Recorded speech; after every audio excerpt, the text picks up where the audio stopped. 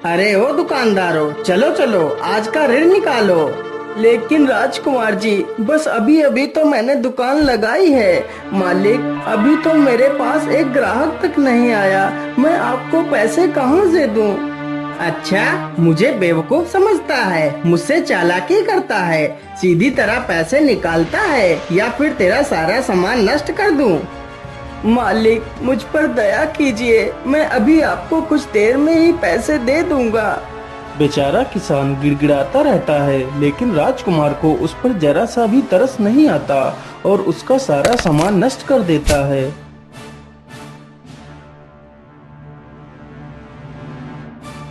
अब बताओ जल्दी से, किस किस को ऋण नहीं देना है?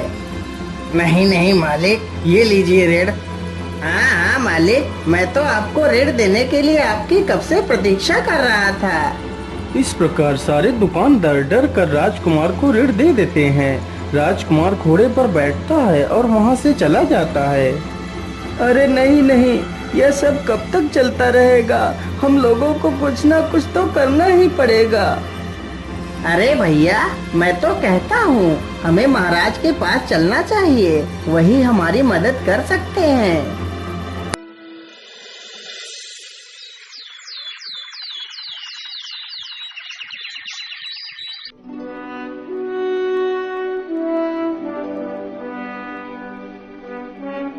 बोलिए गाँव वालों, आप लोगों को क्या तकलीफ है और आप लोग इतना परेशान क्यों दिखाई दे रहे हैं? महाराज, हम सभी लोग रोज बाजार में अपनी दुकानें लगाते हैं। इस प्रकार सारे गांव वाले पूरी कहानी राजा को सुना देते हैं।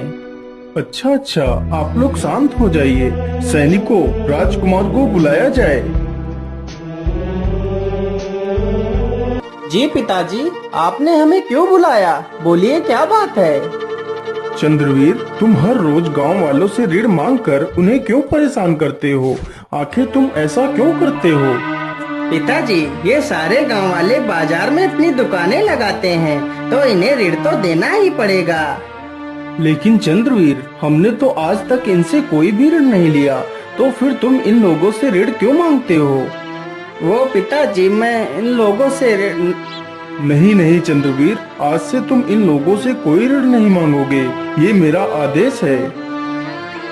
महाराज, आपकी जय हो, आपकी जय हो महाराज। आपने हमें बड़े संकट से बाहर निकाल लिया। ओहो, मेरी तो इस घर में चलती ही नहीं है, मुझे तो कोई कुछ समझता ही नहीं। चलो चलो, कोई बात नहीं, जब मैं महाराज बन जाऊंगा तो इन सब से चुन चुन कर बदला लूंगा। लेकिन ऐसे महल में बैठे बैठे तो मैं परेशान हो जाऊंगा। चलो चलो, कहीं घूमने चलता हूँ। मैं ऐसा करता हूँ, चलो आज शिकार पर चलता हूँ। इतने दिन हो गए, लेकिन मैंने किसी जानवर का शिकार नहीं किया। इतना सोचकर राजकुमार चंद्रवीर शिकार के लिए निकल पड़ता है।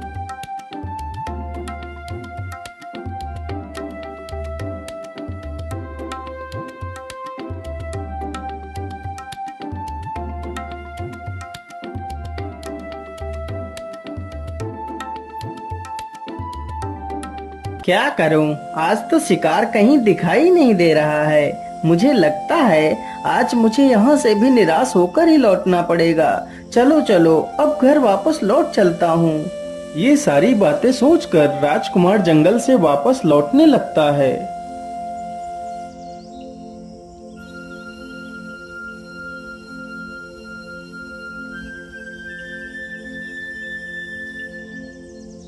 अरे वो क्या है? मुझे लगता है वह तो कोई हिरन है। हाँ हाँ, वह हिरन ही है। चलो चलो, जल्दी से इसका शिकार करता हूँ। राजकुमार जैसे ही हिरन के नजदीक पहुँचता है तो वह हिरन वहाँ से भाग पड़ता है। हिरन के पीछे भागते भागते राजकुमार हिरन के ऊपर निशाना लगा देता है और कुछ ही देर में राजकुमार हिरन के ऊपर तीर चला देता है। तीर सीधा हिरन को जा लगता है। हे राम, इस दुष्ट ने मुझे मार डाला। हे प्रभु, मेरी सहायता करो। अरे राम राम राम, ये क्या हो गया? ये तो हिरन के वेश में एक साधु था। हे दुष्ट इंसान, तुमने मुझे क्यों मारा? मैंने तुम्हारा क्या बिगाड़ा था? लेकिन बाबा, मैंने आपको एक हिरन समझकर आपके ऊपर तीर चलाया था। अरे दुष्ट, तू इन मासूमों को क्यों मारता है? आखिर इन बेजुबानों ने तेरा क्या बिगाड़ा है?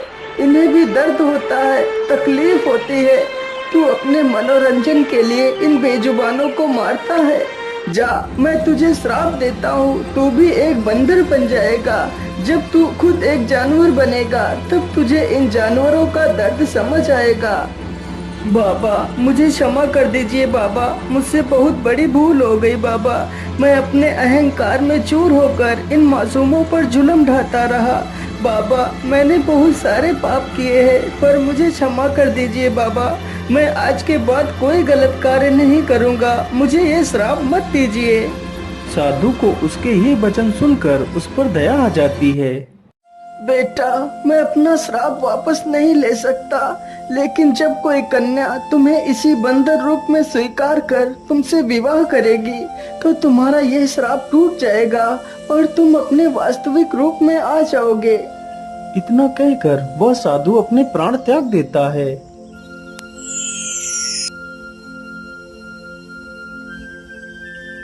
अरे, ये क्या हो रहा है मेरे साथ? देखते ही देखते कुछ ही देर में राजकुमार एक बंदर बन जाता है। हे भगवान, ये क्या हो गया? मैं तो सच में एक बंदर बन गया। ठीक है, यही मेरे गुनाहों की सजा है। इतना कहकर वह बंदर अपने राज्य महल की तरफ निकल पड़ता है।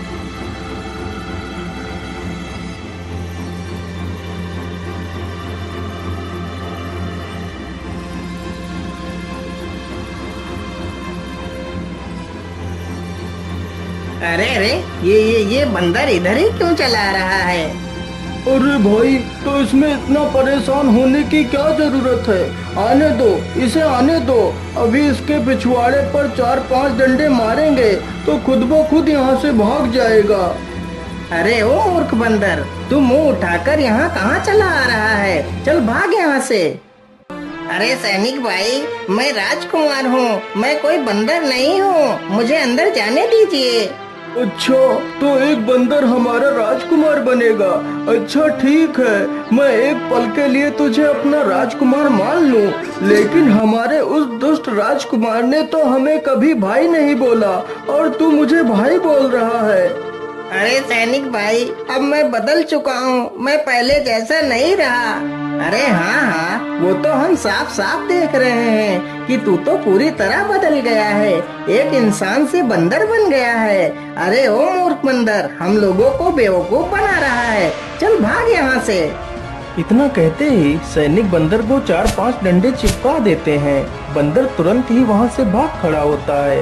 हे भगवान, अब मैं क्या करूं? मुझे तो यह सैनिक अंदर घुसने ही नहीं दे रहे हैं। मैं अंदर कैसे जाऊं? मुझे तो बहुत जोर की भूख भी लगी है। इतना सोचकर वह बंदर वहाँ से चल पड़ता है। बंदर चलते चलते एक दूसरे राज्य में पहुँचता है।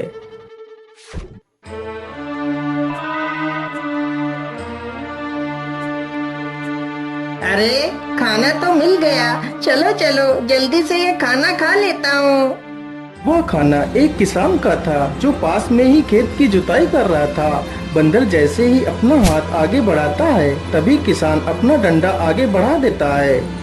अरे दुष्ट बंदर, तू मेरा खाना खाना चाहता है? मैं यहाँ धूप में मरा जा रहा हूँ और तू मेरा खाना भी खाना चाहता है। रुक, अभी तुझे मजा चखाता हूँ।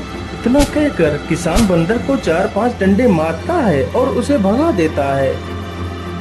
हे भगवान, मुझे अब अच्छी तरह समझ आ गया है कि बेचारे जानवर कितने कष्ट में अपना जीवन गुजारते हैं। हे भगवान, ऐसी जिंदगी से अच्छा है तो मुझे मौत दे दो। ये सब कुछ सोचकर बंदर दुखी हो जाता है। तभी देखता है कि एक सुंदर सी लड़की हाथ में सुंदर पकवान की थाली सजाकर कहीं जा रही है। अरे, ये लड़की तो कितनी सुंदर है। काश मैं एक राजकुमार होता और मेरी ये हालत ना हुई होती तो मैं इसी से विवाह कर लेता। लेकिन यह कन्या इतने सुंदर पकवान लेकर कहाँ जा रही है? चलो चलो, इसका पीछा करता हूँ।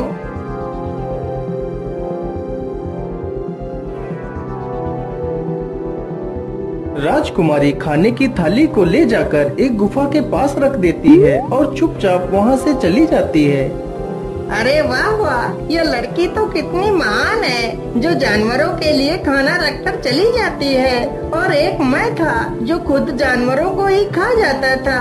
लेकिन अब ये सब सोचकर क्या फायदा। चलो जल्दी से खाना खा लेता हूँ। मुझे तो ये खाना देखकर रहा ही नहीं जा रहा।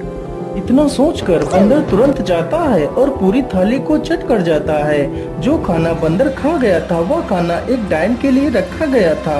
राजकुमारी रोज उस डायन के लिए खाना गुफा के पास रखकर चली जाती थी। डायन की यह शर्त थी, जिस दिन डायन के लिए खाना नहीं रखा गया तो वह डायन उस राजकुमारी को खा जाएगी।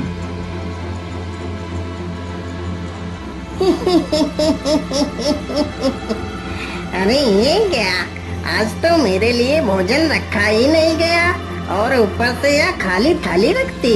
राजकुमारी, आज तू मेरे हाथों से नहीं बच पाएगी। आज मैं तुझे मार कर तेरा मांस खाऊंगी। हे भगवान, तो वह खाना इस डायन के लिए था। ये मैंने क्या कर दिया। अब तो यह डायन उस बेचारी राजकुमारी को मार डालेगी। अब मैं क्या करूं। अरे नहीं नहीं, मैं ऐसा नहीं होने दे सकता। बंदर इतना सोच ही रहा था कि तभी डायन राजकुमारी को उठाकर ले आती है।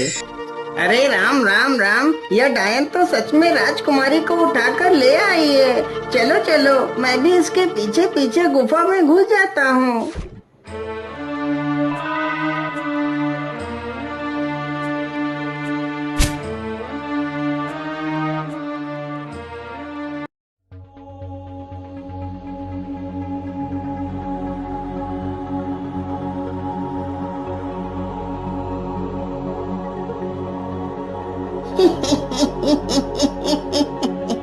मूर्ख राजकुमारी, आज तुमने मेरे लिए भोजन क्यों नहीं रखा। अरे आप ये क्या कह रही हैं? मैंने तो आपके लिए खाना रखा था। अच्छा, तो तू मुझे मूर्ख बना रही है। आज मैं तुझे मार कर तेरा मांस खाऊंगी। अरे बाप रे बाप, यह डायन तो राजकुमारी को मार ही डालेगी। मुझे कुछ ना कुछ तो करना ही होगा। तभी बंदर को एक मजबूत डंडा दिखाई पड़ता है। बंदर तुरंत उस डंडे को उठाता है और पीछे से जाकर डायन के सिर पर जोर से मारता है। इतना कहकर डायन वहीं पर गिरकर बेहोश हो जाती है। बंदर जल्दी से राजकुमारी का पिंजरा खोल देता है और जल्दी से दोनों गुफा से बाहर की ओर निकलने लगते हैं।